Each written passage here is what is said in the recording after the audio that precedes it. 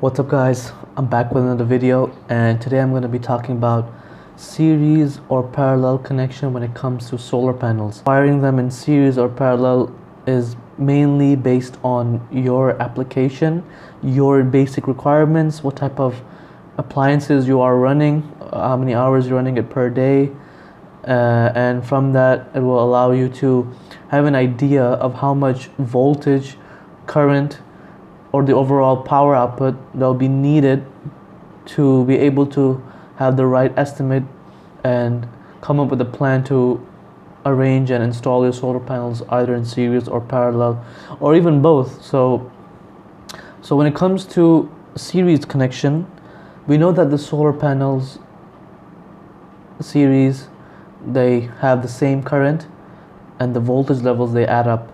So of course, having to look at the voltage levels that add up, it's best to have a solar charge controller. For instance, the solar charge controller will use the voltage levels of the battery, the voltage levels of the solar panels. It will use the lowest possible and match that with the battery level. If you're using a battery for your solar system, then of course the solar charge controller will use the solar panel's output voltage to match with the battery's voltage level.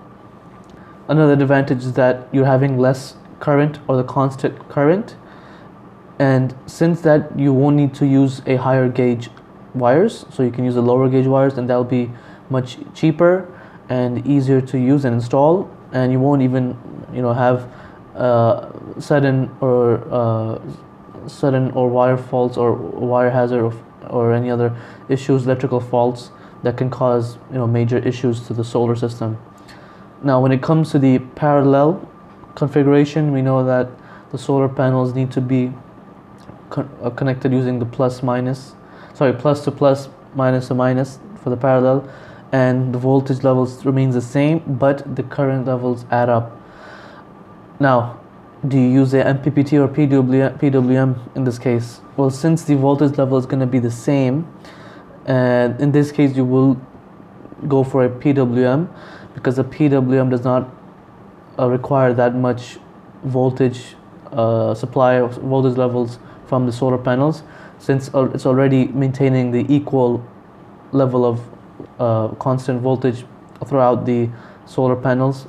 In this case, the PWM will use that, and the only drawback would be the current amperage. It will be adding up, so it will be double or even triple the number. So you'll need to take care of the wiring gauge, how much you have to spend, and take precautions to any other unexpected faults or fire hazards that can occur. If you're going for the series connection solar panels, you need to make sure that you are living in a location where there's no sun, there's no shade that is affecting on the solar panels, because in a series connection, if one solar panel is covered by shade, that's going to affect the overall power output. It's going to drop it even low. It's going to drop the power levels, the power output. For parallel, that's not the case. What's going to happen is, if there are one or two solar panels in shade, it's not going to be affecting the other solar panels in parallel. It's going to be actually maintaining that same power levels throughout the day, throughout the time. So it's going to be generating power. And overall, that's mainly the difference between series and parallel connection.